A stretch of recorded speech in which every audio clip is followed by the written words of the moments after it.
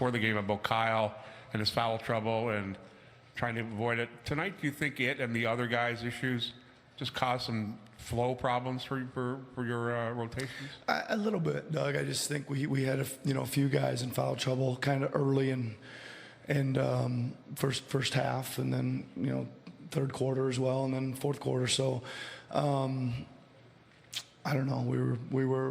We got to you got to play physical basketball, but you got to be able to adjust and all those kind of things and try to stay out. And then you got to avoid the silly ones too. That's all I got. Do you see Kyle sometimes maybe getting some silly ones because he's a little over aggressive? Well, I got to look at him, right? I know one, he's a great charge taker, right? And I know one of them was possibly a block charge, and those are tough. They go each way. But maybe that sixth one, I didn't really see it in the game. So in the backcourt, probably 80 feet or so from the basket. Those are ones you got to be careful, especially when you got 5. But I'll need to look at that first. Tim, back right. Nick, Tim Reynolds with the AP. Back to the other side. Hi. When the next 2.5 days before you guys get back out there, how much are you going to be thinking about the first 6 minutes of the half and how that just was obviously very uncharacteristic for the way you guys have been playing for the last couple months? Yeah, I mean, I'm certainly going to have to look at it. And, I've always said, even this series and the last series, that offense is really important. Taking care of the ball and scoring it, because if you don't, they're coming at you really fast the other way. And again, we've got to be able to get our defense set up, and it's a lot harder when you're not taking care of it or scoring. Just kind of playing it back through my head, I thought we had, I know we had one little turnover where Danny slipped to the rim and tried to kick it out.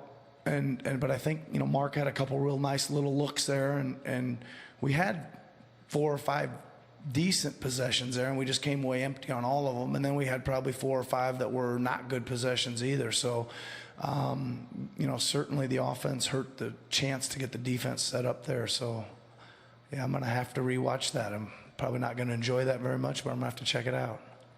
Right here in the second row in the center. Coach Kayla Gray, TSN. You guys got a little bit of life there from Fred VanVleet for a moment. I'm just wondering what you saw from him in the minutes that you got from him. 30. Yeah, he played a lot. What did he play tonight? 38. Almost 40. Yeah, he was good. Obviously, he's working really hard on defense too. Guarding Curry. He was running the team. He was making really quick decisions off the pick and roll. He had some good looks. He probably hadn't played that many straight minutes in a while. I think he had a couple that are late. He was probably a little tired, but he kept taking them and stepping into them. But 17 points from him is great, and running the team the way he did is great. Over on the right side. Coach, Peter Anopoulos from RDS Television. Your team has really moved the ball effectively the last couple of games, stemming from the Milwaukee series. Tonight, 17 assists on 35 made field goals. What did Golden State do differently tonight defensively? Well, they were obviously a little more aggressive and up in us a little bit. But again, I think we've got to, I thought we were just a little bit impatient and didn't hold enough composure just to either A, get to a strong shot, or B, move it to the next one. I thought we hit an action and something would be there, and they'd cover it up with some help defense. Well, when there's help, there's got to be somebody else probably open on the other side of the floor, and I thought we kind of shot a few too many into multiple defenders or 2 defenders around the basket where those probably should have been maybe swung to the other side. Again, I got to look at it a little bit, but it just felt like we were a little quick when there was something else, maybe just a little bit better open.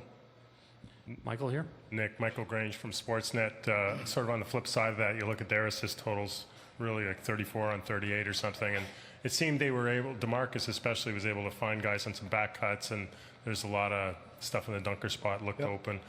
Is that just a function of just, pick a poison and trying to hug them at 3, and they're going to have space to use? Yeah, I mean, obviously you got to get up on those guys flying off the screens, Curry and Thompson. And they did a really good job of getting out of there with speed tonight, those guys getting downhill. And again, a lot of those were just probably mistakes by us, right? Weak side mistakes or just a half step too slow. The other night we got away with a few of those where we were a half step too slow, but we would kind of somehow recover out of them. Tonight they were really getting downhill quickly. They took it off the dribble. a lot better too. You know, it just wasn't, the second half especially just wasn't nearly as physical of game as we've seen in the playoffs. It was just hard to move and body a little bit tonight, and it caught up with us a little bit in the second half. Towards the center. Coach Louis Atzman, Raptors Republic. Those last 5-6 minutes, there wasn't a lot of scoring. What were you thinking? How were you feeling down that stretch? Well, I was feeling really good because we stopped their scoring, right? And finally got something figured out there to slow them down. And we were getting a bunch of wide open shots. I think we missed 3 wide open threes in a row there to cut it to maybe 4, right? And maybe it was 5. I don't know exactly what it was, but bunch of stops in a row, and we didn't get much to show for it at the other end. But you know, really proud of our guys for fighting and battling.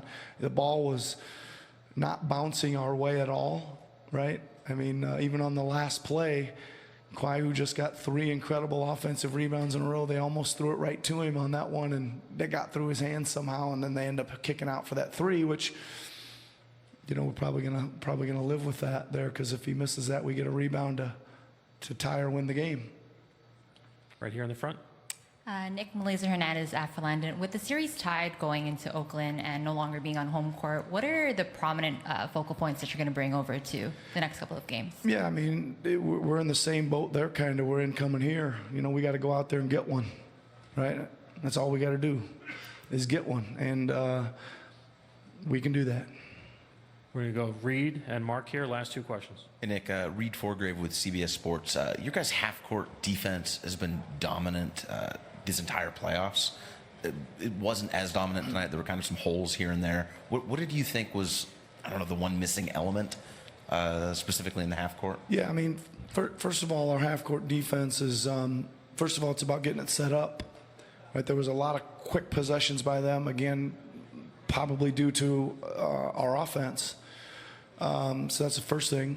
Second thing, our half-court offense is very physical, and it wasn't very physical tonight. Mark, last question. In the right way. And then again, we just made some weak side mistakes. Sorry. Mark, last question here. Nick, Mark Schwartz, ESPN. I'm wondering if you could take me through the final possession, especially the fact that Iguodala shot it with about 5 seconds left on the clock, and the fact that he was so wide open during that possession. Yeah, I think, you know, we scored the basket, and look up and there's 26.4 or something left. That's a definite foul situation, right? They can hold it all the way to the end, throw it up there, hit the rim, and the horn's going to go off. I've been in that situation before.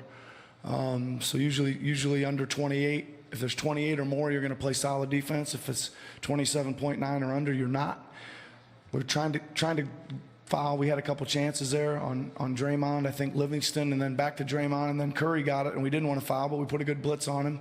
We almost made him throw it away. And I think if they're going to take a shot and give you a chance there, I'm going to probably live with the one that ended up being taken. I'm going to probably roll with that. We should have fouled before that, but like I said, he misses that. We call timeout. We go down with a chance to win the ball game, unbelievably somehow. Steph said after the game to Doris Burke that he thought it was, in his words, disrespectful to leave a player like Iguodala that wide open. What did you think of that? Well, we weren't disrespecting anybody. We were up guarding hard, and we put 2 on Steph, and he almost threw it right to Kawhi, right? It was pretty good defense. You know, they were scrambling around, running around like crazy, but then they found Iggy, right? They found him. And like I said, if he's gonna take that and give us a chance to get the ball back and win the game, we're gonna probably live with that. It wasn't like we were disrespecting him and not trying to guard him. We were in a trap and rotating out of there. And again, I'd like to go back and try that again about 10 times and see if one of them doesn't go our way. Thank you, Coach. All right, thanks a lot.